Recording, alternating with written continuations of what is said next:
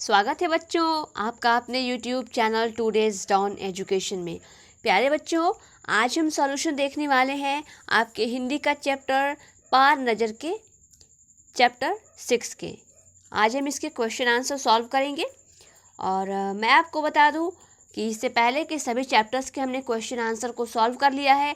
अगर आपने वो वीडियोस को नहीं देखा है तो इस वीडियो के डिस्क्रिप्शन बॉक्स में उन सारी वीडियोस का लिंक दे दिया गया है, वहाँ से आप उन सारी वीडियोस को ईजिली देख पाएंगे। और आप हमारे चैनल की प्लेलिस्ट में भी विजिट कर सकते हैं, वहाँ से भी आप उन सारी वीडियोस को देख पाएंगे। तो चलिए बिना देर के हम इस वीडियो को शुरू करते हैं। तो जैसा कि आप जानते हैं, ये चल रहा है क्वेश्चन आंसर का सीरीज, जिसमें हम सॉल्व करते हैं क्लास 6 के सभी सब्जेक्ट्स के क्वेश्चन आंसर। जिसमें अभी तक हमने इंग्लिश और हिस्ट्री, ज्योग्राफी, साइंस, इन सारे सब्जेक्ट्स के क्वेश्चन आंसर को सॉल्व कर लिया है। और अब हम सॉल्व कर रहे हैं आपके हिंदी विषय के क्वेश्चन आंसर को, जिसमें आज का चैप्टर है पार नज़र के। पार्ट है आपका 6 और आपका क्लास भी है 6। तो चलिए बिना देर के हम इस वीडियो को शुरू करते हैं। आज का पहला क्वेश्चन आपकी स्क्रीन पे आ चुका है, तो चलिए देखते हैं पहला क्वेश्चन। आपके बुक के पेज नंबर 50 पे दिया हुआ है पहला क्वेश्चन। छोटू का परिवार कहाँ रहता था? उत्तर है इसका, छोटू का परिवार मंगल ग्रह पर बने भूमिगत घरों में रहता था। भूमिगत का मीन्स होता है जो ज़मीन के अंदर घर बनाया जाए, उसको भूमिगत कहा जाता है। तो छोटू का परिवार मंगल ग्रह पर बने ज़मीन के अंदर वाले घर में रहता था। ओके, अगला प्रश्न है, छोटू को सुरंग में जाने की इजाज़त क्यों नहीं थी? पाठ के आधार पर लिखो। देखते हैं इसका आंसर। छोटू को या फिर किसी को भी अन्य व्यक्ति को उस सुरंग में जाने की इजाज़त नहीं थी, क्योंकि उस सुरंग से होता हुआ ज़मीन पर जाने का एक रास्ता था। आम आदमी के लिए इस रास्ते से जाने की मनाही थी। नेक्स्ट क्वेश्चन है, कंट्रोल रूम में जाकर छोटू ने क्या देखा और वहां उसने क्या हरकत की? उत्तर है इसका, जब छोटू कंट्रोल रूम में गया तो उसने देखा सब लोग मंगल ग्रह पर उतरे हुए यान की वजह से परेशान थे। जब सबका ध्यान स्क्रीन पर था तो उसका ध्यान कंसोल पैनल पर था, जिसके बटनों को देखकर वह स्वयं को रोक न सका और बटन दबाने की हरकत कर दी। ओके, अगला प्रश्न है, इस कहानी के अनुसार मंगल ग्रह पर कभी आम जनजीवन था, वह सब नष्ट कैसे हो गया? इसे लिखो। तो चलिए इसका उत्तर देखते हैं। उत्तर है, मंगल पर पहले आम जनजीवन हुआ करता था, परंतु सूरज में हुए परिवर्तन के कारण वहाँ के वातावरण में बदलाव आने लगा और इसी तरह प्रकृति में भी बदलाव आने लगा, जिसकी वजह से पशु पक्षी, पेड़ पौधे और अन्य जीव उस बदलाव को सहने में असमर्थ हो गए और धीरे धीरे मरने लगे, जिससे वहाँ का सारा जनजीवन अस्त व्यस्त हो गया और कुछ भी बच न सका। ओके, तो ये रहा आपके क्वेश्चन नंबर 4 का आंसर। अगला प्रश्न देखते हैं, प्रश्न नंबर 5, कहानी में अंतरिक्ष यान को किसने भेजा था और क्यों? उत्तर है इसका, अंतरिक्ष यान को नासा, जिसका फुल नेम है national aeronautics and space administration, तो अंतरिक्ष यान को नासा ने भेजा था ताकि वह मंगल की मिट्टी के नमूने को एकत्र करके पृथ्वी पर जांच के लिए मंगवा सके। ओके, अगला प्रश्न है जो आपके बुक के पेज नंबर 51 पे दिया हुआ है। तो चलिए देखते हैं क्वेश्चन क्या है। क्वेश्चन है, सिक्योरिटी पास उठाते ही दरवाज़ा बंद हो गया। यह बात हम इस तरीके से भी कह सकते हैं, जैसे ही कार्ड उठाया दरवाज़ा बंद हो गया। ध्यान दो, दोनों वाक्यों में क्या अंतर है? ऐसे वाक्यों के 3 जोड़े तुम स्वयं सोचकर लिखो। तो चलिए इसका आंसर देखते हैं। पहला है, तेरे जाते ही बस आ गई। इसको हम दूसरे तरीके से कैसे लिख सकते हैं? जैसे ही तू गया बस आ गई।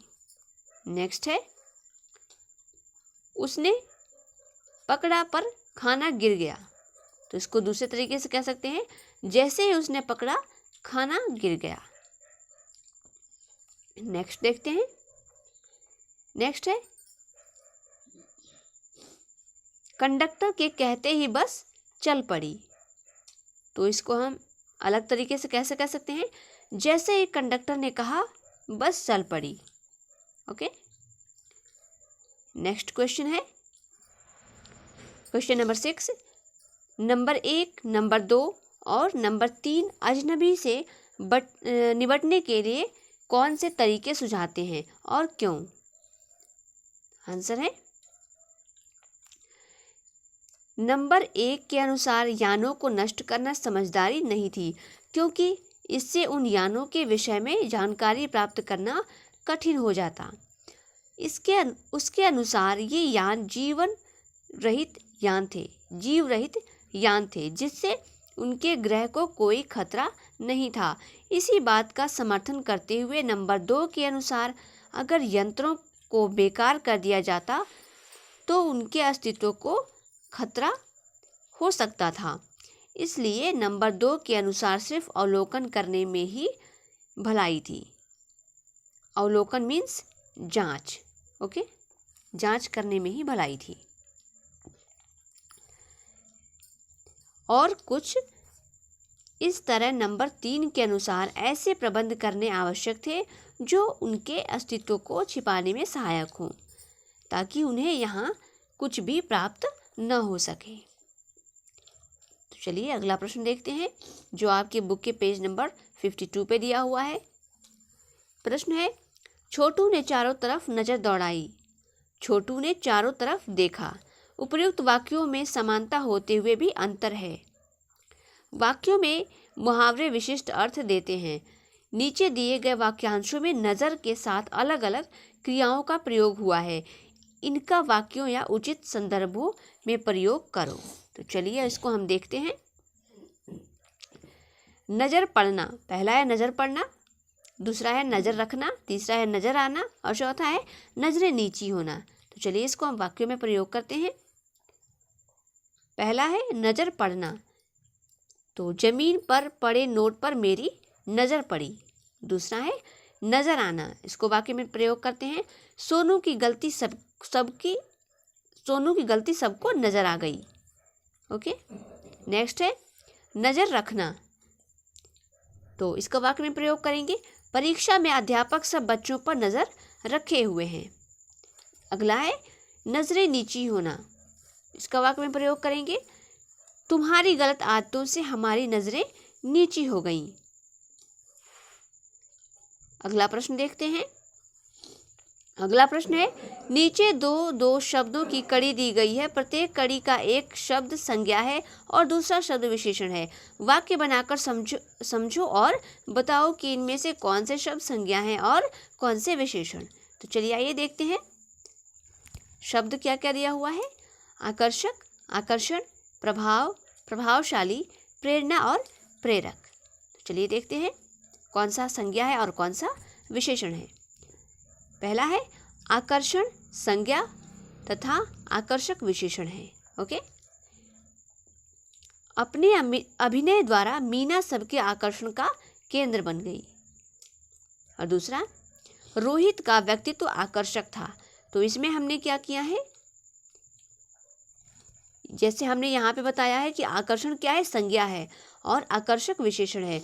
तो संज्ञा को भी हमने वाक्य में प्रयोग करके देखा और विशेषण को भी हमने वाक्य में प्रयोग करके देखा है। तो चलिए आइए नेक्स्ट क्वेश्चन को देखते हैं। नेक्स्ट है प्रेरणा संज्ञा है और प्रेरक क्या है, विशेषण है। तो इसको वाक्य में बनाएंगे। मुझे इस कहानी से प्रेरणा मिली है। दूसरा है इस किताब में कई प्रेरक कहानियां हैं। ओके। नेक्स्ट देखते हैं। नेक्स्ट है प्रभाव संज्ञा है और प्रभावशाली विशेषण है। वाक्य में प्रयोग करते हैं इसको। युद्ध का प्रभाव विनाशकारी होता है।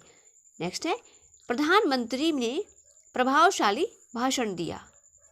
ओके, नेक्स्ट क्वेश्चन है क्वेश्चन नंबर 4। पाठ से फ और ज वाले नुक्ता वाले 4 शब्द छांट कर लिखो।